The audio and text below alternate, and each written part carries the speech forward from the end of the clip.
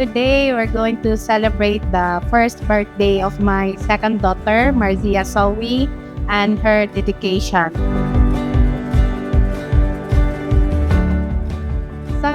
Yung karakter na nakita ko sa kanya, sa ngayon parang, madali siyang magalit, madali din tumawa. Actually, mostly, palatawa talaga siya. Kabaliktaran ng ate niya. Yung ate niya nung una, hindi talaga nangiti. Ito, laging nangiti. Pero madalas iyakin.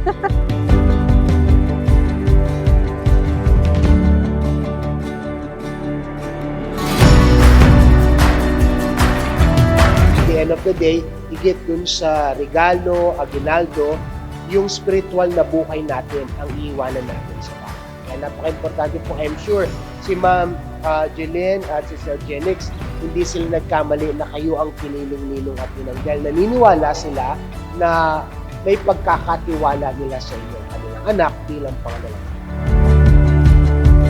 Today is the very first milestone of my daughter's life, and I am absolutely sure that she will have more milestones in the future.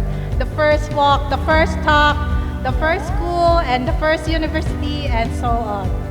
And I just can't believe how time flies, and I thank God for giving my family another blessing.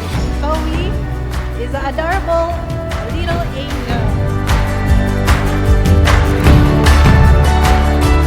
May the good Lord shower you with countless blessings and a life filled with love and happiness.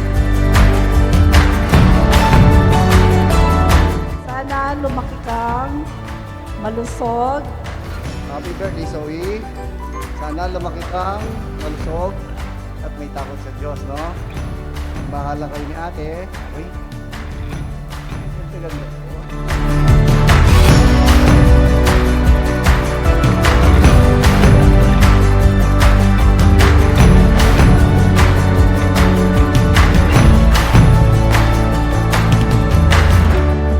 Wish ni Daddy for you na lumaki kang maayos at na naway malakas ang iyong pangangatawan at may takot sa Diyos.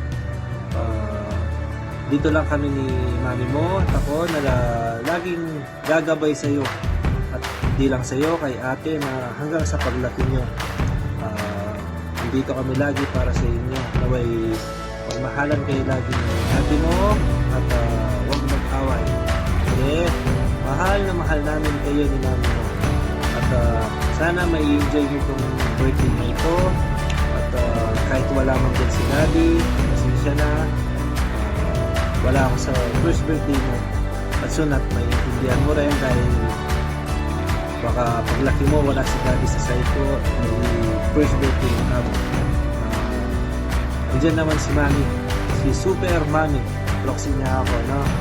At kay Mami Men, maraming salamat sa walang sawang pag-aalaga sa mga bata at lagi kang nandyan sa kanila sa paggabay at maraming salamat sa iyo at swerte ako na napangasawa ko na kagaya mo na responsibilidad sa mga bata.